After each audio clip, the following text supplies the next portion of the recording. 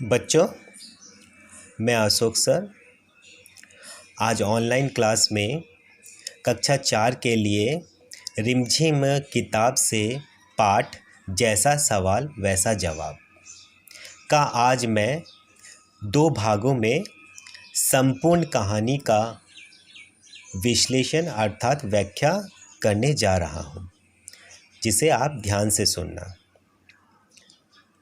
यहाँ पर हम देखेंगे कि यह कहानी बादशाह अकबर और उनके मंत्री, बुद्धिमान मंत्री या हाजिर जवाबी मंत्री बीरबल पर आधारित है। बच्चों, आप अभी घर में ही हैं। बीरबल की अन्य कहानियों को भी पढ़ के आप अपना मनोरंजन कर सकते हैं। फ़िलहाल मुझे अपने बचपन की एक कहानी जो मैंने पढ़ी थी और वह भी अकबर और बीरबल पर ही वह कहानी आधारित है, जिसका नाम मुझे याद आ रहा है बीरबल की खिचड़ी। अगर आप इसे पढ़ें तो आपको भी अच्छा लगेगा। तो हम देखते हैं कि जैसा सवाल वैसा जवाब।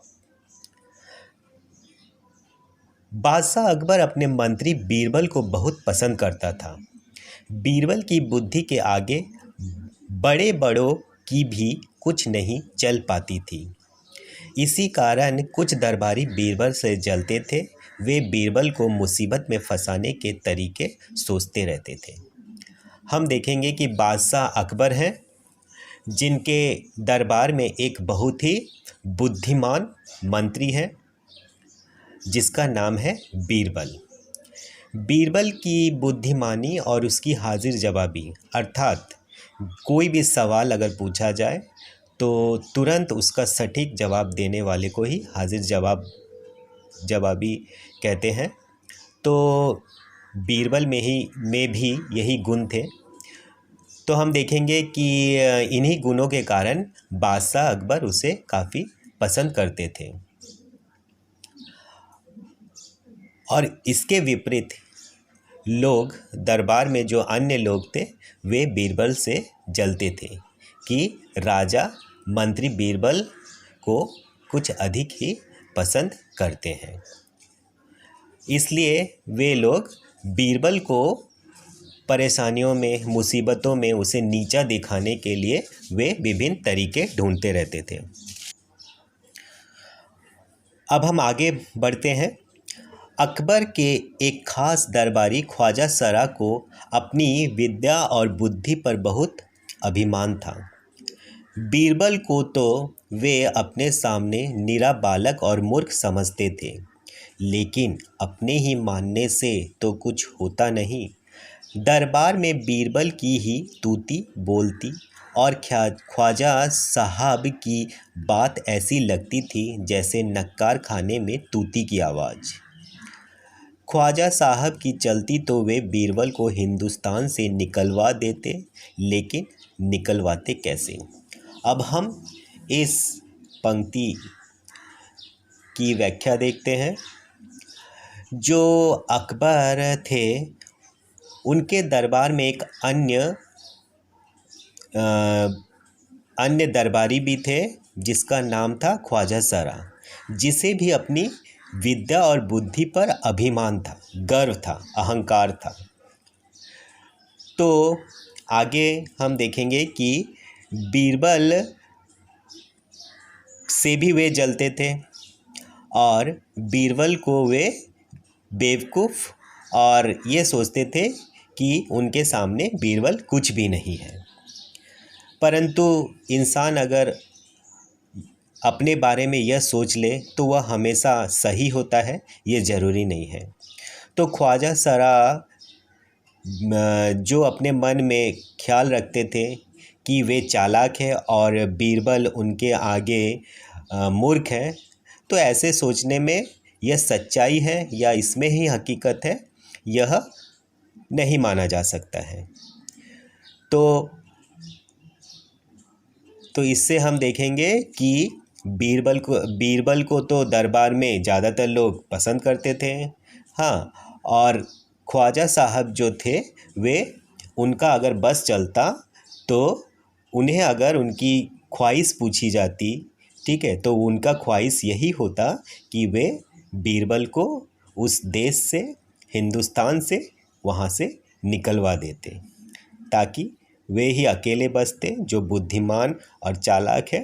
तब बादशाह अकबर भी उन्हें पसंद करने लगते और उन्हें भी पसंद करते। अब हम आगे बढ़ते हैं। एक दिन ख्वाजा ने बीरबल को मूर्ख साबित करने के लिए बहुत सोच विचार कर कुछ मुश्किल प्रश्न सोच लिए। उन्हें विश्वास था कि बादशाह के उन प्रश्नों को सुनकर बीरबल के छक्के छूट जाएंगे और वह लाख कोशिश करके भी संतोषजनक उत्तर नहीं दे पाएंगे। फिर बादशाह मान लेगा कि ख्वाजा सरा ही आगे बीरबल कुछ नहीं है। तो एक दिन क्या होता है कि बीरबल को मूर्ख साबित करने के लिए जो ख्वाजा सरा थे वे कुछ कठिन प्रश्न तैयार करते हैं और उन्हें यह भरोसा भी होता है कि जब वे प्रश्न वे बादशाह अकबर को सुनाएंगे और यही प्रश्न जब बीरबल को पूछा जाएगा तो बीरबल इन कठिन प्रश्नों का उत्तर नहीं दे पाएगा और उत्तर न देने के कारण अकबर समझ जाएंगे कि ख्वाजा सरा बीरबल से बुद्धिमान है। तो इसलिए वे कुछ कठिन सवाल बनाते हैं और उसे बीरबल को नीचा दिखाने के लिए बादशाह अकबर के पास लेकर वे सवालों को लेकर जाते हैं। बच्चों, अब हम आगे बढ़ते हैं। ख्वाजा साहब अचानक पगड़ी पहनकर दाढ़ी सहलाते हुए अकबर के पास पहुँचे और सिर झुकाकर बोले, बीरबल बड़ा बुद्धिमान बनता है, आप भी उसकी लंबी चौड़ी बातों के धोखे में आ जाते हैं। मैं चाहता हूँ कि आप मेरे 3 सवालों के जवाब पूछकर उसके दिमाग की गहराई नाप लें। उस नकली अकल बहादुर की कलई खुल जाएगी। यहाँ पर हम देखेंगे कि ख्वाजा साहब जो है वह बादशाह अकबर के दरबार में जाते हैं बन ठन कर, अचकन पगड़ी पहनकर, और दाढ़ी को सहलाना मतलब दाढ़ी को हाथों से मलते हुए वे बादशाह अकबर के दरबार में पहुंचते हैं और फिर उन्हें सिर झुकाकर वे बोलते हैं कि बीरबल को आप तो बुद्धिमान समझते हैं, परंतु असली बात यह है कि जो बीरबल है वह अपनी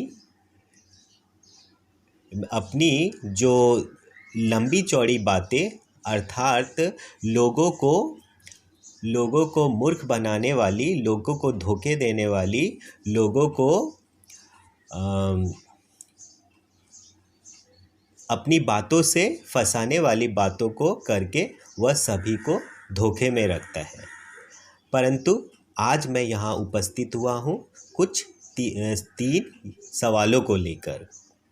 उन सवालों को आप उनसे पूछिए और इन सवालों को पूछने के बाद ही यह स्पष्ट हो जाएगा कि बीरबल कितना बुद्धिमान है। अर्थात यहाँ पर एक मुहावरा आया है, कलई खुल जाना, अर्थात भेद खुल जाना। यहाँ पर बीरबल का भेद खुल जाएगा कि वह चालाक है या मूर्ख। अब हम आगे देखेंगे। ख्वाजा साहब के अनुरोध करने पर अकबर ने बीरबल को बुलाया और उनसे कहा, बीरबल, परम ज्ञानी ख्वाजा साहब तुमसे 3 प्रश्न पूछना चाहते हैं, क्या तुम उसके उत्तर दे सकोगे? तो हम देखेंगे कि ख्वाजा साहब जब अकबर के सामने वे 3 सवाल रखते हैं तो अकबर बीरबल को बुला भेजते हैं और बीरबल से कहते हैं कि परम ज्ञानी ख्वाजा साहब, यहाँ पर वे व्यंग्यात्मक अर्थात मजाक करते हुए यहाँ पर यह लिख रहे हैं कि परम ज्ञानी ख्वाजा साहब 3 प्रश्न लाए हैं और वे चाहते हैं कि तुम उसका जवाब दो। बीरबल बोले, जहाँपना, जरूर दूंगा, खुशी से पूछे। तो बीरबल उसका पति उत्तर देता है कि बादशाह अकबर, आप निश्चिंत होकर पूछिए, मैं उन सवालों का सही जवाब देने का कोशिश करूँगा, अपनी तरफ से पूरी कोशिश करूँगा। ख्वाजा साहब ने अपने तीनों सवाल लिखकर बादशाह को दे दिए। अकबर ने बीरबल से ख्वाजा का पहला प्रश्न पूछा, संसार का केंद्र कहाँ है? तो ख्वाजा साहब ने क्या किया, अपने तीनों सवालों को लिखकर बादशाह अकबर के पास दे दिए। यहाँ पर और वे पहला सवाल अकबर बीरबल से पूछते हैं कि संसार का केंद्र कहाँ है, अर्थात संसार का बीचों बीच वाला भाग, जिसे हम अंग्रेजी में कहेंगे सेंटर, अर्थात इस दुनिया का सेंटर कहाँ है। आज यहीं तक। मैं इसके बाद इसी कहानी का दूसरा भाग लेकर प्रस्तुत होऊंगा। धन्यवाद।